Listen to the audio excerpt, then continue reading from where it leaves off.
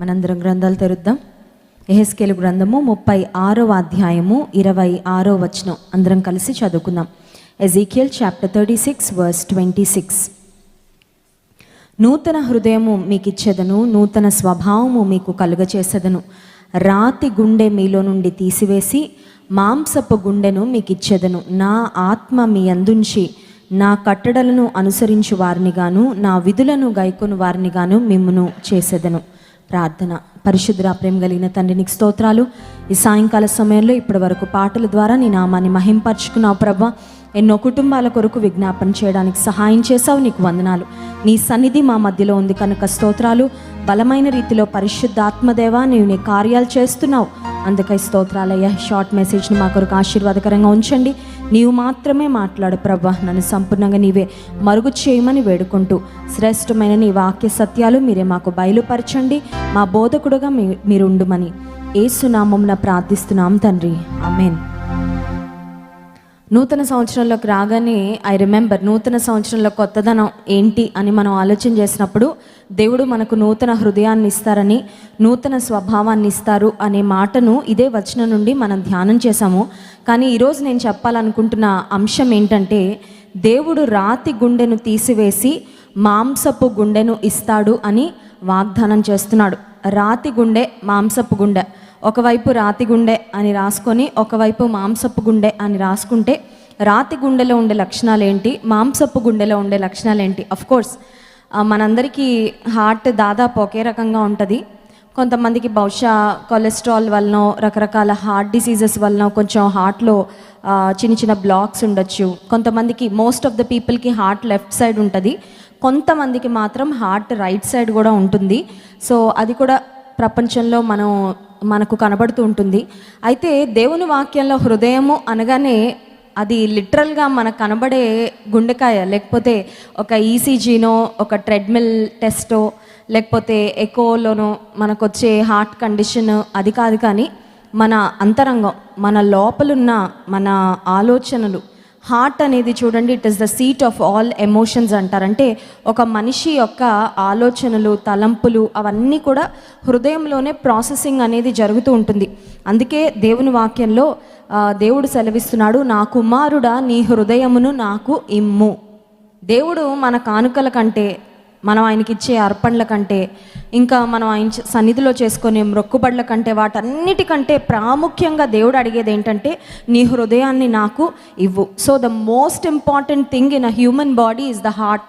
మనకు తెలుసు, కాళ్ళు లేకపోతే బ్రతకచ్చు, ఒక చెయ్యి లేకపోతే బ్రతకచ్చు, కన్ను లేకపోతే బ్రతకచ్చు, ఒకవేళ వినికిడి శక్తి లేకపోతే బ్రతకచ్చు. కానీ హార్ట్ లేకపోతే మాత్రం ఎవరం బ్రతకలేం ఒక్క క్షణం కూడా. అంటే హార్ట్ కొట్టుకోవడం ఆగిపోయిన తర్వాత లిటరల్గా ఇంకా డాక్టర్స్ కూడా టెస్ట్ చేసి వాళ్ళు డిక్లేర్ చేసేస్తూ ఉంటారు, ఇంకా అయిపోయింది, ప్రాణం ఇంకా పోయినట్లే అని. సో ఒక ఫిజికల్ బాడీకి హార్ట్ అనేది చాలా ప్రాముఖ్యం. దేవుని వాక్యంలో కూడా హృదయానికి చాలా చాలా ప్రాధాన్యత ఇవ్వబడినట్లుగా మనం గమనిస్తాము. దేవుడు కూడా మన నుండి ఆశిస్తుంది ఏంటంటే, నా కుమారుడా, నా కుమార్తె, నీ హృదయము నాకు కావాలి. సో దేవుడు మన హృదయాన్ని ఎందుకు కోరుకుంటున్నాడు అని మనం ఆలోచన చేసినట్లయితే, మనలో we either have a heart of stone or a heart of flesh. మనలో ఉంటే రాతి లాంటి హృదయం ఉంటుంది, లేకపోతే మాంసపు హృదయము ఉంటుంది. సో రాతి హృదయము అంటే అర్థం ఏంటంటే, రాతి గుండె అంటే అర్థం ఏంటంటే, జీవితంలో కొన్నిసార్లు మనం ఎదుర్కొనే పరిస్థితులను బట్టి మన గుండె రాతి గుండె అయిపోతుంది. అంటే పుట్టగానే ఎవరికి రాతి గుండెలు ఉండవు. పుట్టగానే బాగానే ఉంటాము, సెన్సిటివ్గా ఉంటాము, పెయిన్కి, తర్వాత ఇతరుల యొక్క ఇబ్బందులకు చాలా మనం స్పందించేస్తూ ఉంటాం. కొన్నిసార్లు మా పిల్లల్ని గమనిస్తూ ఉంటే ఎవరైనా కష్టంలో ఉంటే వాళ్ళు చలించిపోతూ ఉంటారు. అంటే కొన్నిసార్లు అనిపిస్తుంది, పిల్లలకు ఉన్నంత సెన్సిటివిటీ, అంటే లేత హృదయాలకు ఉన్నంత సెన్సిటివిటీ పెద్దలకి చాలాసార్లు ఉండదేమో. ఎవరైనా కష్టాల్లో ఉన్నా, ఎవరైనా బాధపడుతున్నా వాళ్ళ సంగతి వాళ్ళు చూసుకుంటారులే, మాకెందుకులే అన్నట్లుగా కొన్నిసార్లు మనం ఇన్సెన్సిటివ్గా ఉంటాం. కారణం ఏంటంటే, హృదయం ఎందుకో ఒక మొద్దుబారిపోయిన, లేకపోతే రాటు తేలిపోయిన పరిస్థితి. సో హార్ట్ ఆఫ్ స్టోన్ అనేది మనకి ఎప్పుడు వస్తుంది అని ఆలోచన చేస్తే, జీవితంలో మనం ఎదుర్కొన్న కొన్ని క్లిష్ట పరిస్థితులు, కొన్ని రిజెక్షన్స్ అయి ఉండొచ్చు, లేకపోతే కొన్ని ఫెయిల్యూర్స్ అయి ఉండొచ్చు, కొన్ని అవమానాలు మనం ఎదుర్కొన్నవి మన హృదయాన్ని ఒక రాతి గుండెగా మార్చొచ్చు. లేక మనం చేసిన తప్పుల వలన, పాపాల వలన మనల్ని వెంటాడే అపరాధ భావన ఉండొచ్చు. లేక మనలో ఉన్న స్వార్థం ఉండొచ్చు.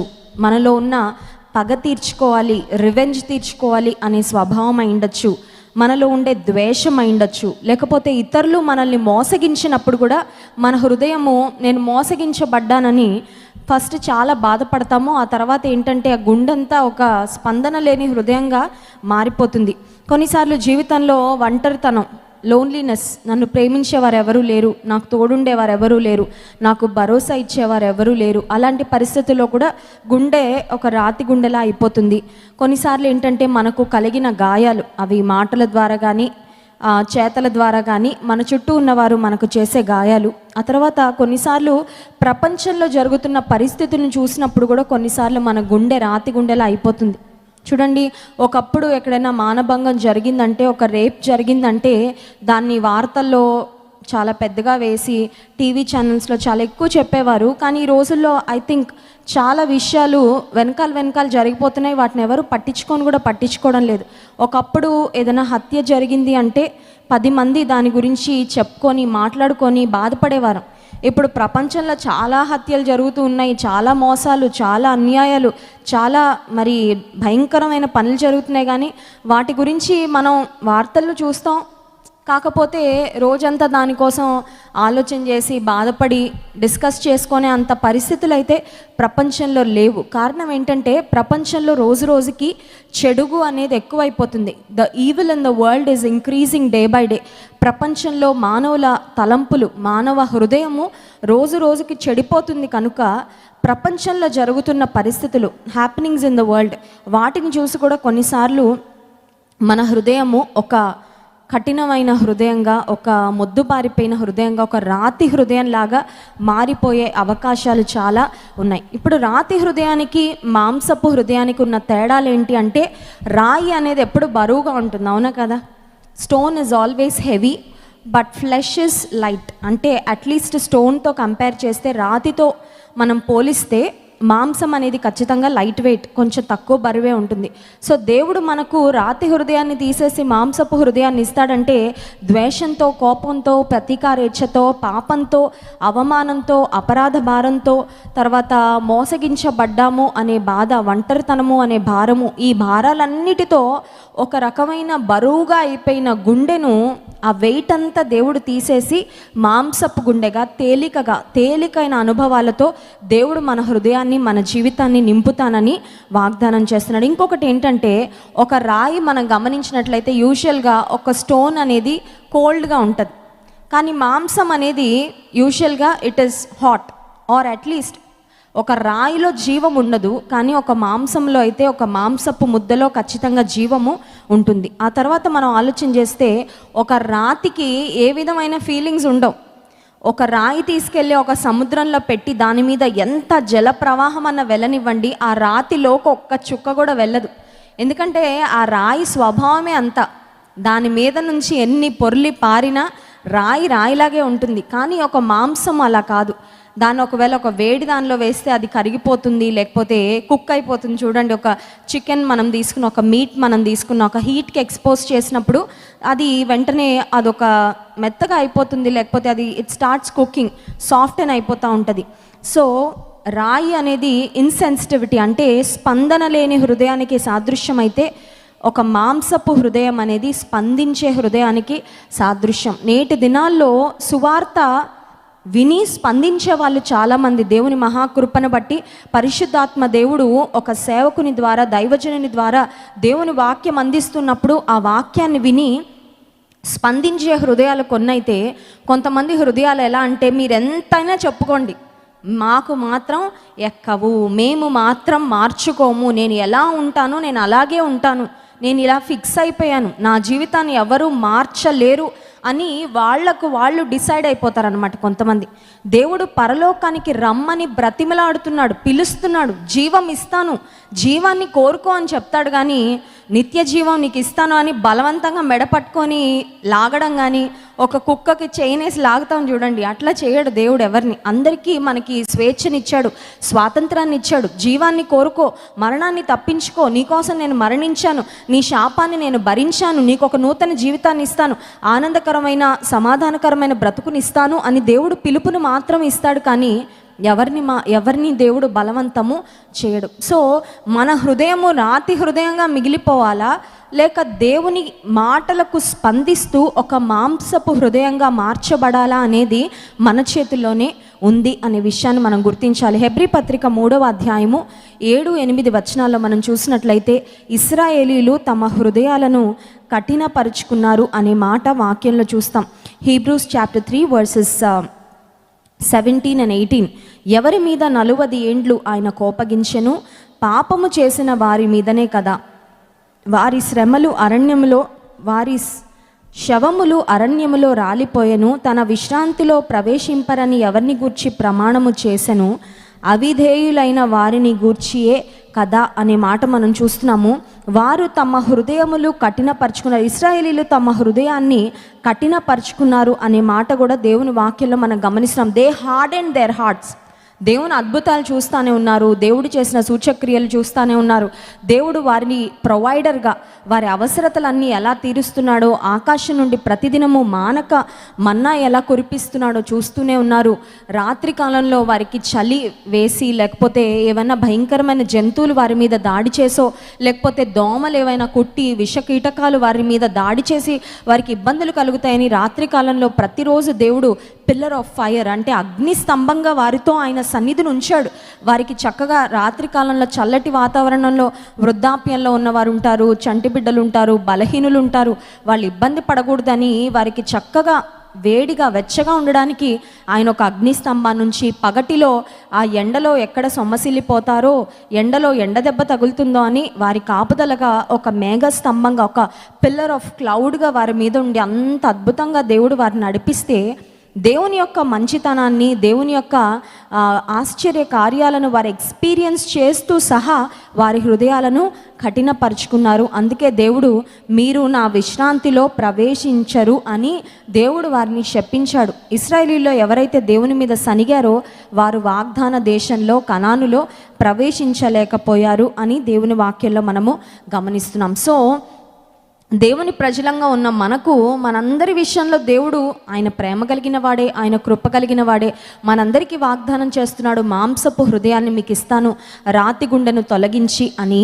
అయితే మాంసపు హృదయాన్ని మనం పొందుకోవాలంటే మొదటగా మన హృదయాన్ని దేవుని చేతిలో పెట్టాలి. చూడండి, ఒక హార్ట్ ఆపరేషన్ చేయించుకోవాలంటే రోడ్డు పక్కన ఏ హాస్పిటల్ కనపడితే ఆ హాస్పిటల్కి వెళ్తామండి. ఏ డాక్టర్ పడితే ఆ డాక్టర్ ఆయన మంచి డాక్టరా కాదా, ఎక్స్పర్టా కాదా, ఆయన ఇప్పటివరకు చేసిన ఆపరేషన్ సక్సెస్ అయ్యాయా లేదా తెలుసుకోకుండా వెళ్ళి అక్కడ స్ట్రెచ్చర్ మీద పడుకొని, లేకపోతే ఆపరేషన్ థియేటర్లోకి వెళ్ళిపోయి, నాకు కొంచెం గుండె సమస్య ఉంది డాక్టర్ గారు, నాకు ఓపెన్ హార్ట్ సర్జరీ చేయండి, బైపాస్ సర్జరీ చేయండి అని చెప్తామండి? ఖచ్చితంగా చెప్పము. ఎందుకంటే గుండె చాలా ప్రాముఖ్యం. గుండె ఆగిందంటే ఇంక అయిపోయినట్టే జీవితం. అందుచేత హార్ట్కి సంబంధించి ఏమైనా చేసుకోవాలంటే చాలా మంచి డాక్టర్, ఎంత ఖర్చైనా పర్వాలేదు, మా వాళ్ళు క్షేమంగా వస్తారంటే అలాంటి డాక్టర్ దగ్గరికి మాత్రమే పంపిస్తానని. ఇప్పుడు దేవుడు ఏంటంటే మన హృదయం మీద ఆయన పని చేస్తాడు. హల్లెలూయా. And he is the greatest physician. ఆయన పరమ వైద్యుడంట. అంటే వైద్యులందరికీ మించిన వైద్యుడు ఆయన. ఒకవేళ ఈ డాక్టర్స్ అయినా ఈ రోజుల్లో సర్జరీస్ చేయడానికి చూడండి, కొన్ని సర్జరీస్కి వాళ్ళు ఎండోస్కోపీ టైపో, లేకపోతే ఏదైనా చిన్న హోల్ పెట్టి లోపలికి పంపిస్తారు, లేకపోతే లేజర్స్తో సర్జరీస్ చేస్తున్నారు, రోబోట్స్ పంపించి రోబోటిక్ సర్జరీ చేస్తున్నారు. మెడికల్ టెక్నాలజీలో చాలా అడ్వాన్స్మెంట్స్ వచ్చేసి, ఒకప్పుడు కోస్తేనే సర్జరీ, చాలా పెద్ద కత్తులు తీసుకొని కోసి మళ్ళీ కుట్లు వేసి ఇవంతా ఉండేవి. ఇప్పుడు చాలా సింప్లిఫై అయిపోయింది. కానీ దేవుడు మన రాతి గుండెని తీసి మాంసపు గుండెని ఇవ్వడానికి మనకి కుట్లు ఉండవు, మనకి రక్తం గారదు, మనకి మధ్యలో ఎవరు వచ్చి బ్లడ్ ఇవ్వక్కర్లేదు, మళ్ళీ మధ్యలో పేషెంట్ ఏమన్నా అయిపోద్దేమో అని టెన్షన్ పడాల్సిన అవసరం లేదు. మనం ఎక్కడున్నాం అక్కడే ఏం ఫీజు కూడా అక్కర్లేదు, డబ్బు ఖర్చు పెట్టక్కర్లేదు, ఎక్కడికి వెళ్ళక్కర్లేదు. ఉన్న చోటనే దేవా నాలో ఉన్న రాతి గుండెని తీసివేసి మాంసపు హృదయాన్ని ఇవ్వు అని మనం అడగగలిగితే, ఇందాక మనం చదువుకున్న మెహెస్కేలు గ్రంథం 36వ అధ్యాయము 26వ వచనంలో చూడండి, నా ఆత్మను మీ యందుంచి, 27వ వచనం, నా ఆత్మను మీ యందుంచి నా కట్టడలను అనుసరించు వారిని గాను నా విధులను గైకొను వారిని గాను మిమ్మును చేసెదను. When the holy spirit God indwells in us, పరిశుద్ధాత్మ దేవుడు మనలోకి వస్తే ఆటోమేటిక్గా మనలో ఉన్న కఠినమైన హృదయం పోయి మనకు మాంసపు గుండెను దేవాతి దేవుడు అనుగ్రహిస్తాడు. కొన్నిసార్లు మన హృదయం ఒక బీడు భూమి వలె అయిండొచ్చు. ఒక నేల ఒక ఎండిపోయిన స్థితిలో డ్రై ల్యాండ్గా బీటలు వారిపోయి ఉంటే దాని నుంచి ఎలాంటి మొక్కలు ఎలాంటి పంట వచ్చే అవకాశమే లేదు. మన హృదయం లోపల నుండి జీవ జలములు ప్రవహించాలి, మన జీవితం నుండి ఆత్మఫలం వచ్చి మనం అనేక మందికి దీవెనకరంగా ఉండాలి. కానీ దేవునికి పరిశుద్ధాత్మకు మనం చోటివ్వనప్పుడు మన హృదయము ఒక బీటలు వారిన ఒక డ్రై గ్రౌండ్ లాగా, ఒక ఎండిపోయిన నేల వలె మన జీవితం ఉంటుంది. కానీ పరిశుద్ధాత్మ దేవునికి మనలో చోటిచ్చినప్పుడు, పరిశుద్ధాత్మ దేవుని మన హృదయంలోనికి ఆహ్వానించినప్పుడు, దేవుని సన్నిధిని మన హృదయంలోకి మనం ఆహ్వానించినప్పుడు, దేవునికి మన హృదయంలో ఒక ముఖ్యమైన ప్రథమ స్థానాన్ని మనం ఇచ్చినప్పుడు, బీటలు వారిన ఒక ఎండిన భూమి వలె ఉన్న మన హృదయాన్ని ఆయన తన వాక్యం అనే వర్షం ద్వారా తడిపి, ఆయన మన హృదయాన్ని సాగు చేసి మన హృదయంలో నుండి జీవజల నదులు ప్రవహించలాగిన, మన హృదయంలో నుండి మంచి ఆలోచనలు, సత్క్రియలు, అనేక మందికి ఆశీర్వాదకరంగా ఉండే కృపను దేవాతి దేవుడు మనకు అనుగ్రహిస్తాడు. సో ఆయన ఆత్మను మన యందు ఉంచుతాను అని వాగ్దానం చేస్తున్నాడు. ఈ రాత్రికాల సమయంలో మనం కోరుకుందాం, ప్రభా నేను ఒకవేళ నా కండిషన్ నాకు తెలియదేమో, మనం అనుకుంటాం మాకందరికీ మాంసపు గుండెలేనండి, మాకెవరికి ఉన్నాయండి రాతి గుండెలని. But sometimes we don't know. కొన్నిసార్లు చూడండి, డాక్టర్ దగ్గరికి వెళ్ళేదాకా అర్థం కాదు మనకి, టెస్ట్లన్నీ అయ్యే వరకు మనకు అర్థం కాదు మనలో పొటాషియం ఎంత ఉంది, కాల్షియం ఎంత ఉంది, విటమిన్ B12 ఎంత ఉంది, లేకపోతే HB ఎంత ఉంది. ఇవన్నీ చాలాసార్లు చూడండి బాగానే ఉన్నాను అనుకుంటాం, కానీ టెస్ట్ చేస్తే కానీ మనకు తెలీదు. కొన్నిసార్లు మనం అనుకోవచ్చు, నా హృదయ స్థితి బాగానే ఉంది కదా, బయటకు బాగానే ఉన్నాను కదా, నేను నా లైఫ్ అంతా బాగానే స్మూత్గా వెళ్ళిపోతుంది కదా అని. కానీ దేవుని సన్నిధిలో ఒక్కసారి మనల్ని మనం పరీక్షించుకున్నప్పుడు, ప్రభు నాలో ఇంకేదైనా కఠినత్వం ఉందా, నాలో ఇంకా మార్పు చేసుకోవాల్సిన స్వభావము, ఆలోచనలు ఏవైనా ఉన్నాయా, నేను విడిచిపెట్టవలసిన పాపం ఏదైనా ఉందా, ఇంకా నీకు నేను పరిపూర్ణంగా స్థానము ఇవ్వలేక, నీ అధికారానికి పరిపూర్ణంగా నేను అప్పగించుకోక ఒకవేళ ఇంకా ఎండిన స్థితిలో ఉన్నట్లయితే నువ్వు నాకు సహాయం చేయి అని మనం అడిగినప్పుడు, ఆయన ఆత్మను మన యందుంచి ఆయన మనకు మాంసపు హృదయాన్నిచ్చి ఆయన కృపలో వర్ధిల్లే భాగ్యాన్ని దేవాతి దేవుడు దయచేసి ఒక ఒబీడియంట్ హార్ట్ అంట, హార్ట్ ఆఫ్ స్టోన్, ఒక రాతి గుండె, స్పందించని గుండె. దేవుని ఆజ్ఞలు ఎన్నున్నా ఈ రాతి గుండెకి ఉలుకుండదు పలుకుండదు, ఎందుకంటే దానికి స్పందనే ఉండదు కదా. రాయి అంటేనే లైఫ్లెస్, జీవం లేనిది. కానీ దేవుడు ఎప్పుడైతే మాంసపు గుండెనిస్తాడో, ఆయన ఆజ్ఞలను వినే స్వీకరించే హృదయం, ఒక రిసెప్టివ్ హార్ట్ దేవుడు మనకిస్తాడు. అంత మాత్రమే కాదు, ఆయన ఆజ్ఞలను విధులను గైకొనే, అంటే విధేయత చూపించే జీవితాన్ని కూడా దేవుడు మనకు అనుగ్రహిస్తాడు. కనుక అట్టి కృపలో మనందరం కొనసాగునట్లు దేవుడు మనకు సహాయం చేయనుగాక. ఆమేన్.